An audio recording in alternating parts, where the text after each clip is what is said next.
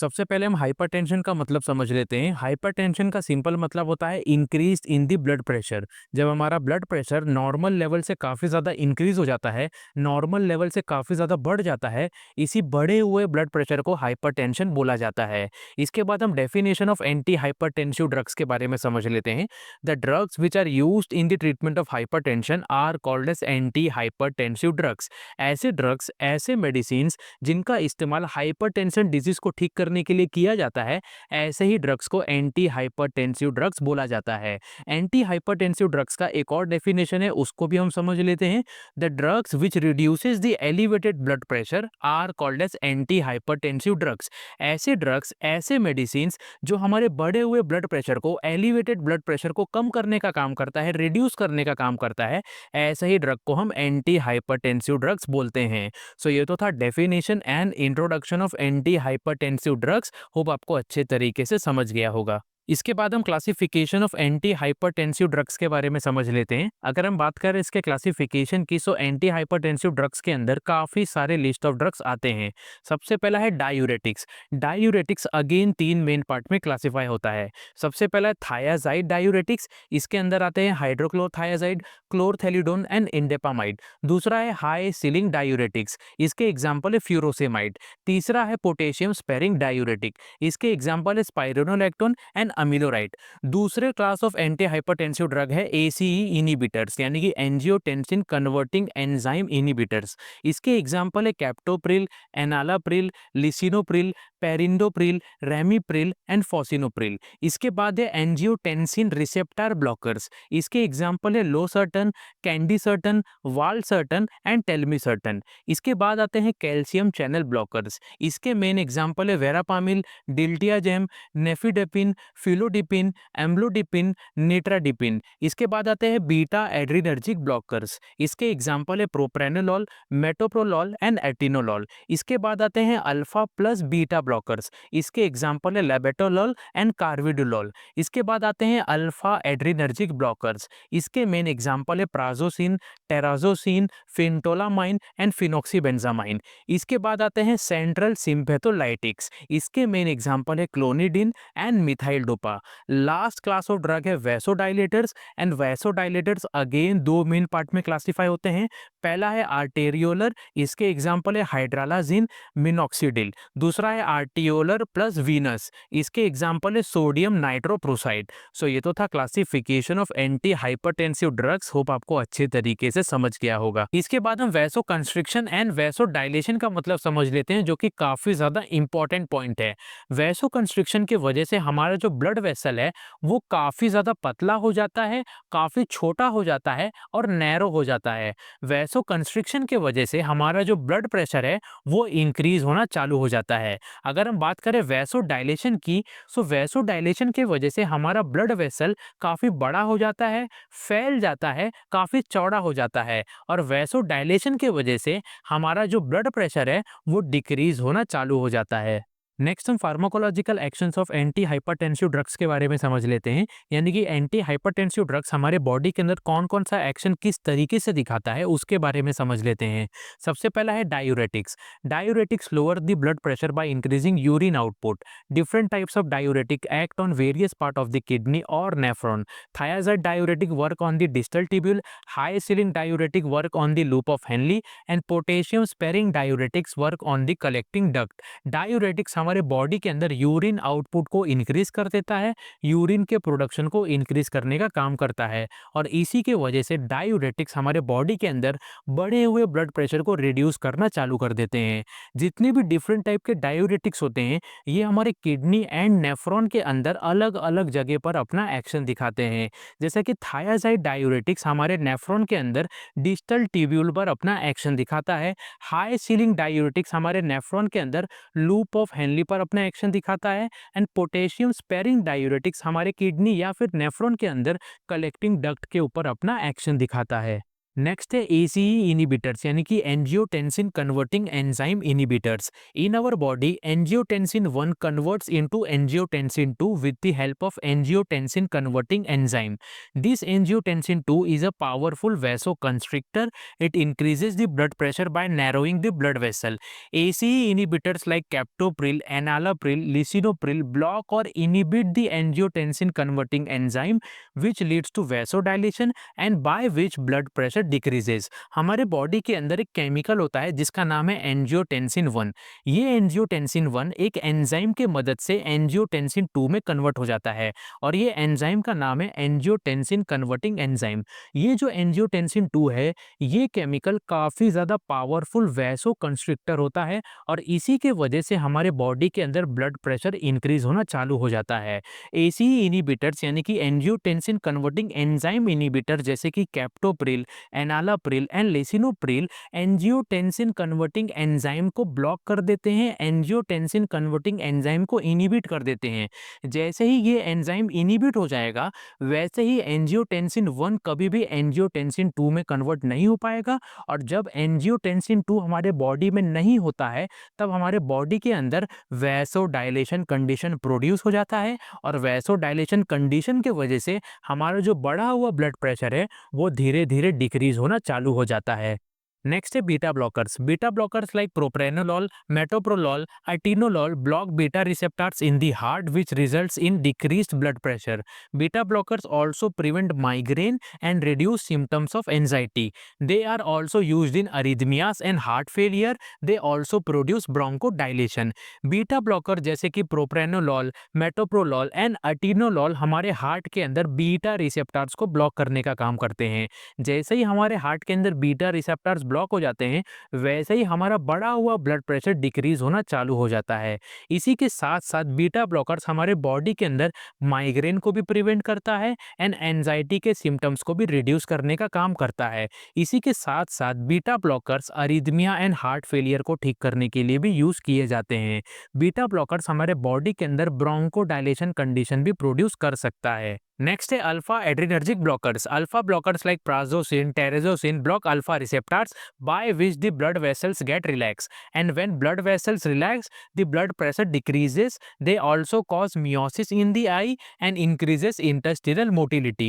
Alpha adrenergic blocker जैसे कि prazosin and टेरेजोसिन हमारे बॉडी के अंदर अल्फा रिसेप्टर्स को ब्लॉक कर देते हैं और जैसे ही अल्फा रिसेप्टर्स ब्लॉक हो जाते हैं वैसे ही हमारे बॉडी के अंदर जो ब्लड वेसल्स होते हैं वो पूरी तरह से रिलैक्स होना चालू हो जाते हैं और जैसे ही ब्लड वेसल रिलैक्स हो जाएगा, रिलैक्स होने की वजह से हमारा जो बढ़ा हुआ ब्लड प्रेशर है वो धीरे धीरे डिक्रीज होना चालू हो जाता है। इसी के साथ साथ अल्फा एड्रिनर्जिक ब्लॉकर्स हमारे आई के अंदर यानी कि हमारे आंखों के अंदर मियोसिस इफेक्ट को भी प्रोड्यूस करते हैं और हमारे इंटेस्टिनल मोटिलिटी को इंक्रीज करने का काम करते हैं। नेक्स्ट है alpha adrenergic plus beta blockers. Drugs like labetalol, carvedilol blocks alpha and beta receptors leading to decrease heart rate and vasodilation. They reduce heart rate and blood pressure. Drugs जैसे कि labetalol and carvedilol हमारे body के अंदर alpha and beta receptors को block करते हैं और जैसे ही हमारे बॉडी के अंदर alpha and beta receptors block हो जाते हैं इसी के वजह से हमारा जो हार्ट रेट है वो डिक्रीज होना चालू हो जाता है और हमारे बॉडी के अंदर वैसोडाइलेशन इफेक्ट भी प्रोड्यूस हो जाता है और इसी के वजह से ये ड्रग्स हमारे बढ़े हुए ब्लड प्रेशर को डिक्रीज करना चालू कर देते हैं। नेक्स्ट है calcium channel blockers. Calcium channel blockers like verapamil and diltiazem block calcium channels in vascular smooth muscle and in heart which leads to vasodilation and reduce blood pressure. Calcium channel blocker जैसे कि verapamil and diltiazem हमारे vascular smooth muscle और heart के अंदर calcium channel को block कर देते हैं। जैसे ही कैल्शियम चैनल ब्लॉक हो जाता है वैसे ही हमारे बॉडी के अंदर वैसोडाइलेशन कंडीशन प्रोड्यूस हो जाता है और इसी वैसोडाइलेशन की वजह से हमारा बढ़ा हुआ ब्लड प्रेशर रिड्यूस होना चालू हो जाता है। लास्ट है vasodilators. This drug rapidly lowers the blood pressure and are mainly used in hypertensive emergencies. Vasodilators हमारे ब्लड प्रेशर को काफ़ी तेजी से काफ़ी रैपिडली कम करने का काम करते हैं और वैसोडाइलेटर्स का इस्तेमाल ज़्यादा करके इमरजेंसी कंडीशन में किया जाता है। सो ये तो था pharmacological actions of anti hypertensive drugs. Hope आपको अच्छे तरीके से समझ गया होगा। इसके बाद हम dose of anti hypertensive drugs के बारे में समझ लेते हैं, यानी कि एंटी हाइपरटेंसिव ड्रग्स का नॉर्मल डोज कितना है एंड डॉक्टर इसको कितने अमाउंट में प्रिस्क्राइब करते हैं उसके बारे में हम समझ लेते हैं। सबसे पहला है हाइड्रोक्लोरथायाजाइड। हाइड्रोक्लोरथायाजाइड का नॉर्मल डोज होता है 12.5 मिलीग्राम से लेकर 50 मिलीग्राम और इसको दिन में एक बार ओरल रूट के जरिए लिया जाता है। इसके बाद है फ्यूरोसिमाइड। फ्यूरोसिमाइड का नॉर्मल डोज होता है 20 मिलीग्राम से लेकर 80 मिलीग्राम और इसको ओरल रूट के जरिए दिन में कई बार डिवाइड करके लिया जाता है। ओरल रूट के साथ साथ फ्यूरोसिमाइड को इंट्रावेनस रूट के जरिए भी एडमिनिस्टर किया जाता है। इसके बाद है स्पाइरोनोलैक्टोन। स्पाइरोनोलैक्टोन का नॉर्मल डोज होता है 25 मिलीग्राम से लेकर 100 मिलीग्राम और इसको ओरल रूट के जरिए दिन में एक बार लिया जाता है। नेक्स्ट है मेटोप्रोलोल। मेटोप्रोलोल का नॉर्मल डोज होता है 50 मिलीग्राम से लेकर 200 मिलीग्राम और इसको दिन में कई बार डिवाइड करके ओरल रूट के जरिए लिया जाता है। ओरल रूट के साथ साथ मेटोप्रोलोल को इंट्रावेनस रूट के जरिए भी एडमिनिस्ट्रेट किया जाता है। इसके बाद है प्रोप्रेनोलॉल।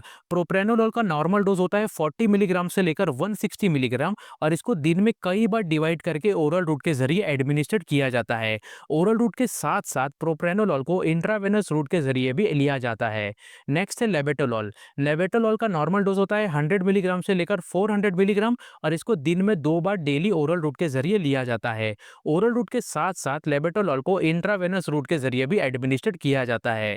इसके बाद है अम्लोडिपिन। अम्लोडिपिन का नॉर्मल डोज होता है 2.5 मिलीग्राम से लेकर 10 मिलीग्राम और इसको दिन में एक बार ओरल रूट के जरिए लिया जाता है। इसके बाद है डिल्टियाजेम। डिल्टियाजेम का नॉर्मल डोज होता है 160 मिलीग्राम से लेकर 360 मिलीग्राम और इसको ओरल रूट के जरिए दिन में कई बार डिवाइड करके लिया जाता है। इसके बाद है रेमिप्रिल। रेमिप्रिल का नॉर्मल डोज होता है 2.5 मिलीग्राम से लेकर 10 मिलीग्राम और इसको दिन में एक बार ओरल रूट के जरिए लिया जाता है। इसके बाद है वालसर्टन। वालसर्टन का नॉर्मल डोज होता है 80 मिलीग्राम से लेकर 320 मिलीग्राम और इसको दिन में एक बार ओरल रूट के जरिए डेली लिया जाता है।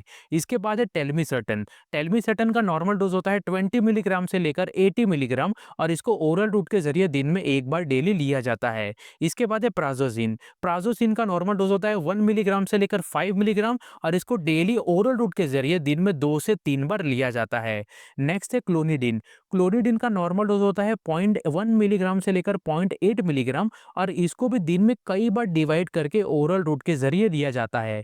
लास्ट है हाइड्रालाजिन। हाइड्रालाजिन का नॉर्मल डोज होता है 25 मिलीग्राम से लेकर 100 मिलीग्राम और इसको ओरल रूट के जरिए दिन में कई बार डिवाइड करके लिया जाता है। सो ये तो था doses of anti hypertensive drugs. Hope आपको अच्छे तरीके से समझ गया होगा।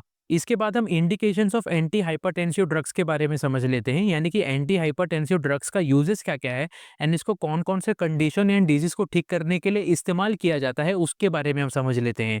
हाइड्रोक्लोरथायाजाइड, metoprolol, valsartan and other drugs are used as anti hypertensive agents.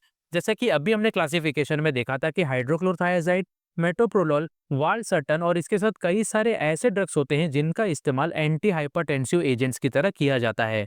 Captopril is used in the treatment of heart failure. Heart failure के ट्रीटमेंट में कैप्टोप्रिल का इस्तेमाल किया जाता है। Propranolol is used in the treatment of angina. Angina disease को ठीक करने के लिए प्रोप्रेनोलॉल का यूज किया जाता है। Calcium channel blockers like verapamil, diltiazem are used in the treatment of angina. Calcium channel blocker जैसे कि वेरापामिल, डिल्टियाजेम, इनका इस्तेमाल अंजाइना डिजीज को ठीक करने के लिए किया जाता है। Methyl dopa is used in the treatment of pregnancy induced hypertension. Pregnancy induced hypertension को ठीक करने के लिए मिथाइल डोपा का इस्तेमाल किया जाता है।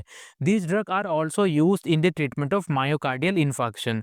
मायोकार्डियल इन्फार्क्शन को ठीक करने के लिए भी एंटी हाइपरटेंसिव ड्रग का इस्तेमाल किया जाता है। This drugs are also used in the treatment of cardiac arrhythmia. Cardiac arrhythmia को ठीक करने के लिए भी एंटी हाइपरटेंसिव ड्रग्स का इस्तेमाल किया जाता है। सो ये तो था इंडिकेशन या फिर uses of anti hypertensive drugs. Hope आपको अच्छे तरीके से समझ गया होगा। इसके बाद हम contraindications of anti hypertensive drugs के बारे में समझ लेते हैं, यानी कि कौन कौन से ऐसे डिजीज होते हैं, कौन कौन से ऐसे कंडीशंस है जिस दौरान एंटी हाइपरटेंसिव ड्रग्स का इस्तेमाल नहीं करना चाहिए, एंटी हाइपरटेंसिव ड्रग्स कॉन्ट्राइंडिकेटेड होते हैं। सबसे पहला है सीवियर रीनल फेलियर। अगर किसी पेशेंट को रीनल फेलियर है तो ऐसे कंडीशन में कभी भी एंटी हाइपरटेंसिव ड्रग्स का इस्तेमाल नहीं करना चाहिए। इसके बाद है सीवियर हाइपरकैलेमिया। अगर किसी पेशेंट को सीवियर हाइपरकैलेमिया डिजीज़ है, तो ऐसे कंडीशन में भी एंटी हाइपरटेंसिव ड्रग्स का इस्तेमाल नहीं करना चाहिए। नेक्स्ट है सीवियर हाइपोटेंशन। अगर किसी पेशेंट को हाइपोटेंशन डिजीज़ है, तो ऐसे कंडीशन में भी एंटी हाइपरटेंसिव ड्रग्स का इस्तेमाल नहीं करना चाहिए। इसके बाद है ब्रेडिकार्डिया। अगर किसी पेशेंट को ब्रेडिकार्डिया है, यानी कि पेशेंट का हार्ट रेट काफ़ी ज़्यादा लो रहता है, तो ऐसे कंडीशन में भी एंटी हाइपरटेंसिव ड्रग्स का इस्तेमाल नहीं करना चाहिए। इसके बाद है अस्थमा एंड सीओपीडी। अगर किसी पेशेंट को अस्थमा या फिर सीओपीडी डिजीज़ है, तो ऐसे कंडीशन में भी एंटी हाइपरटेंसिव ड्रग्स का इस्तेमाल नहीं करना चाहिए। इसके बाद है डिप्रेशन। अगर किसी पेशेंट को डिप्रेशन है, तो ऐसे कंडीशन में भी एंटी हाइपरटेंसिव ड्रग कॉन्ट्राइंडिकेटेड होते हैं। इसके बाद है लीवर डिजीज़। अगर किसी पेशेंट को लीवर डिजीज़ है, तो ऐसे कंडीशन में भी एंटी हाइपरटेंसिव ड्रग्स का इस्तेमाल नहीं करना चाहिए। इसके बाद है बायलैटरल रीनल आर्टरी स्टेनोसिस। अगर किसी पेशेंट को bilateral renal artery stenosis disease है, तो ऐसे कंडीशन में भी एंटी हाइपरटेंसिव ड्रग्स का इस्तेमाल नहीं करना चाहिए। लास्ट है हाइपोनेट्रीमिया। अगर किसी पेशेंट के बॉडी में हाइपोनेट्रीमिया है, तो ऐसे कंडीशन में कभी भी एंटी हाइपरटेंसिव ड्रग्स का इस्तेमाल नहीं करना चाहिए। सो ये तो था Contra indications of anti hypertensive drugs. Hope आपको अच्छे तरीके से समझ गया होगा। सो यहाँ पर एंटी हाइपरटेंसिव ड्रग्स चैप्टर अच्छे तरीके से खत्म होता है। अगर आपको किसी भी टाइप का क्वेश्चन या फिर डाउट है, तो आप हमें कमेंट बॉक्स में पूछ सकते हैं।